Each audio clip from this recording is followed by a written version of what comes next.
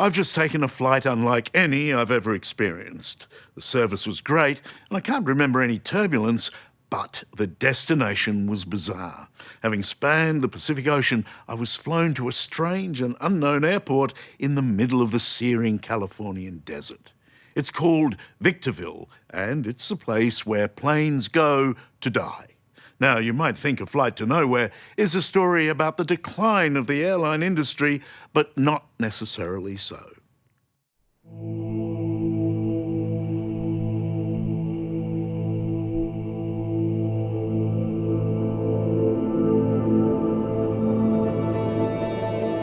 It was a story I'd often heard, but never seen.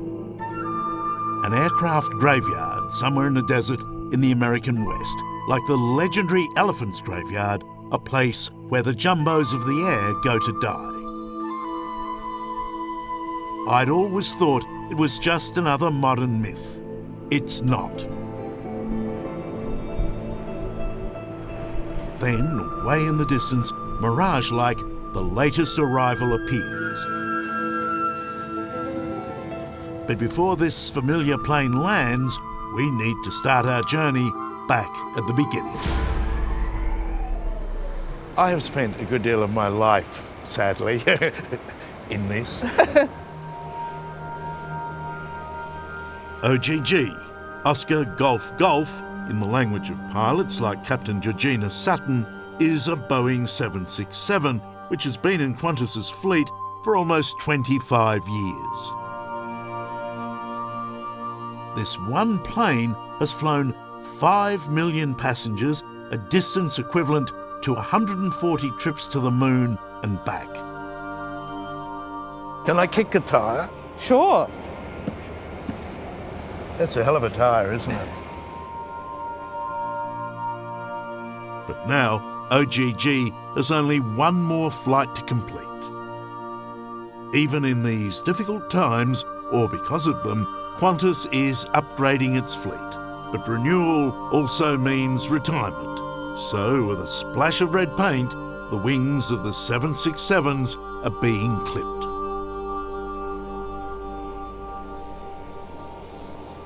Does it have a personality? I think all aircraft have personalities, but I think the 767 as a fleet has a personality. All the pilots who've been on this aircraft love it. None of them want to leave. They want to stay on it till the end. Terrific. And say goodbye to it in a really appropriate way.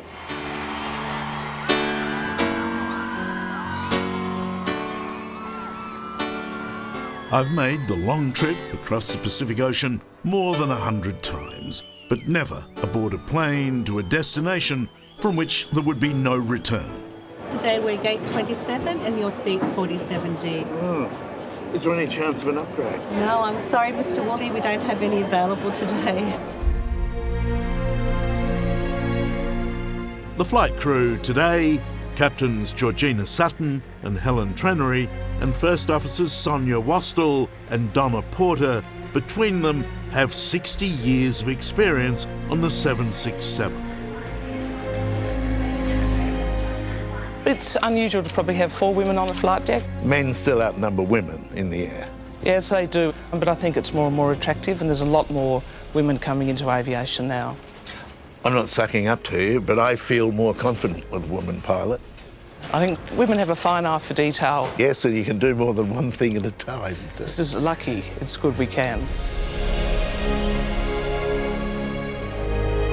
Hello, good morning. Hello, Mr. Woolley. Welcome. 47, straight down the rear of the aircraft. Long way down.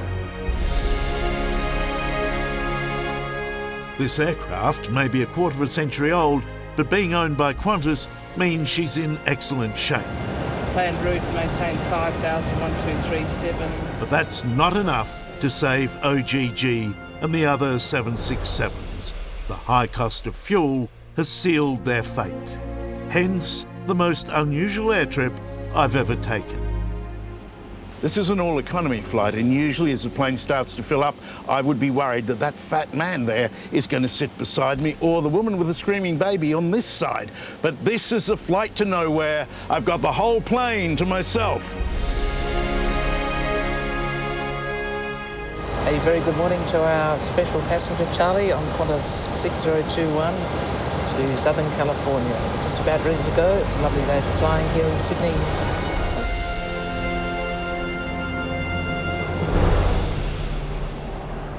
It seems today, much of Sydney Airport is waiting to say goodbye. As a mark of respect for the 767, the firefighters spray their best wishes.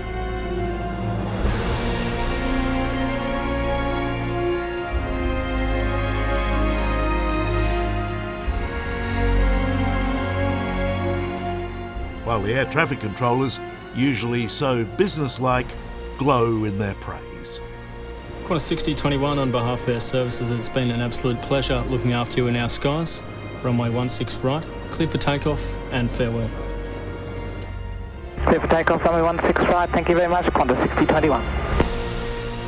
And with that, the always extraordinary marvel of flight begins as OGG, 160 tonnes of aircraft, launches skywards.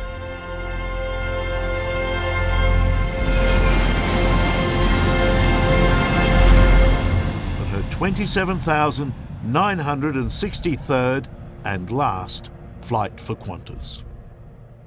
This aircraft has been absolutely fantastic for us. It's a little bit sad, but it's probably like having a really, really good car. Eventually, it's time to get a new car.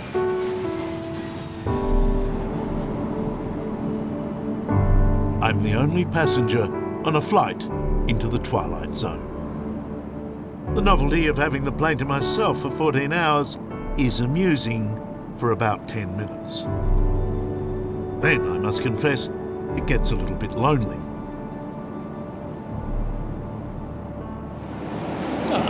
Hello, Captain. Good to see you. There's no one to talk to back here. I'm starved for conversation. How's it going? It's going very well. How's the plane going? It's going really well. Does she know where she's going? She knows where she's going. Oh. She doesn't mind? No, it's time? Absolutely not.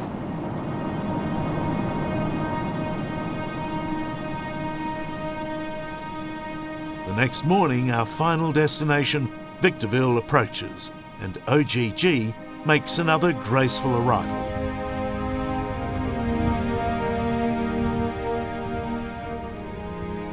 Her work is now over.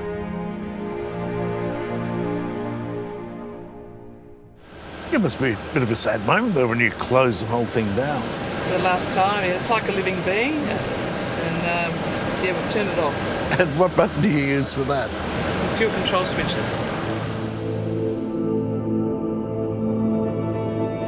Victorville, in the middle of the Mojave Desert, is the perfect place to store aircraft because the dry heat means less chance of corrosion.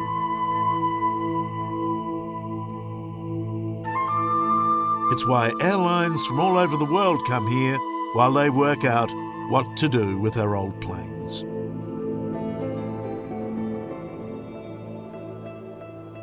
I'm seeing something that I've never seen before, because airlines don't actually like you looking at this.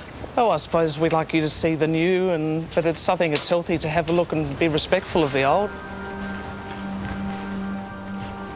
They might be half a world away from home, but it's like a Qantas museum out here. 20 retired jumbos, 767s and 737s.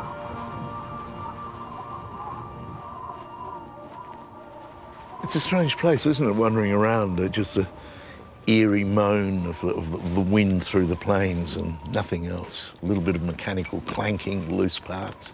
How do you feel about this place? Yeah, mixed feelings, I think, Charlie. There's a lot of history here. We actually have a bit of a sentimental approach to aircraft, and I've just wandered around quietly here in my own time, having a look at some of the aircraft that I flew here. My first flight as a second officer in Qantas was on that aircraft over there to London, and the one behind it, I flew the Queen. So they have got a lot of history. And just like Georgina Sutton, Alan Milne, Qantas's head of engineering, has worked on most of these planes. It's not hard to share the nostalgia. It's funny, that's the story of my life. I must have been on every one of these. I think the chances are pretty high, Charles, that Most of these aeroplanes have been graced by your presence. And I've outlived them. You have. Though they have been better maintained. They're true. But even though they look lost and abandoned, the Qantas planes hopefully still have a flying future. Unlike some of the other aircraft here, which are broken up for parts or end up on a scrap heap. Follow me up. I never got on this way. Oh, I was going to say, it's not the normal way we let our customers board. And once we climb up into the cockpit of this 747, Alan wants to show me these are all still viable aircraft, which, with the flick of a switch... So the beast is going to come back to life. She'll come back to life. They don't get powered up all that often, but as you see now that the power's on, I thought it was dead. no, she's still got plenty of life in her. So, while they're too expensive for Qantas to operate, perhaps they can still be a good deal for someone else. And at just $30 or $40 million, a genuine bargain. I'm a prospective buyer. I want you to sell this plane to me. Fantastic service history. They've been maintained like no other aeroplanes in the world. One owner? One owner, been treated carefully. Only driven by a little old lady on the Sunday? Correct.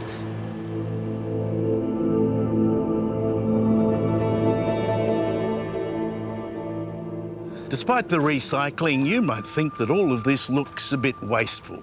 But if we want to understand why there are so many planes parked here in the baking heat, we need to travel north, the length of the United States, because what we're seeing down here is the past, and what we'll be seeing up there is the future.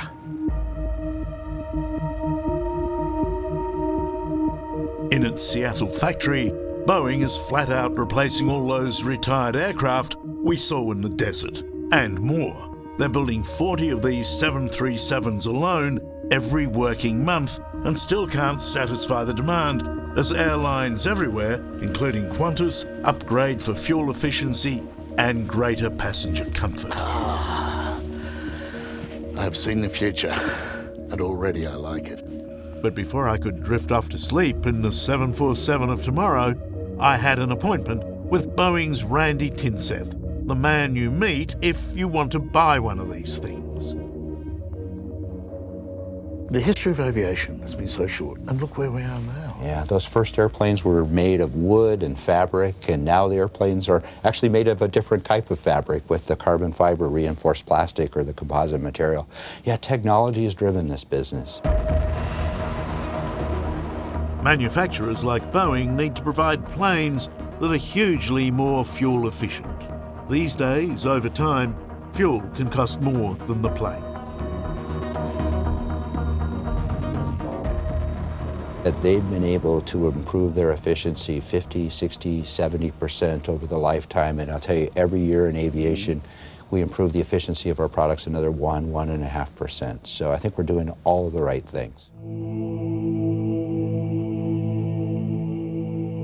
There are so many planes parked here in the desert, but I keep coming back to the familiar Qantas jets. In the last 5 years, the airlines bought 140 brand new planes to replace these old ones. It seems filling the aircraft graveyard just might be the best way for Australia's national carrier to survive. It's easy to have a kind of Disney spell or a Thomas the Tank Engine thing happening here, but I feel that these planes are a little sad. Well, some of them will fly again. The way I look at it here, they're with their friends. So maybe not so sad. With their friends. Indeed.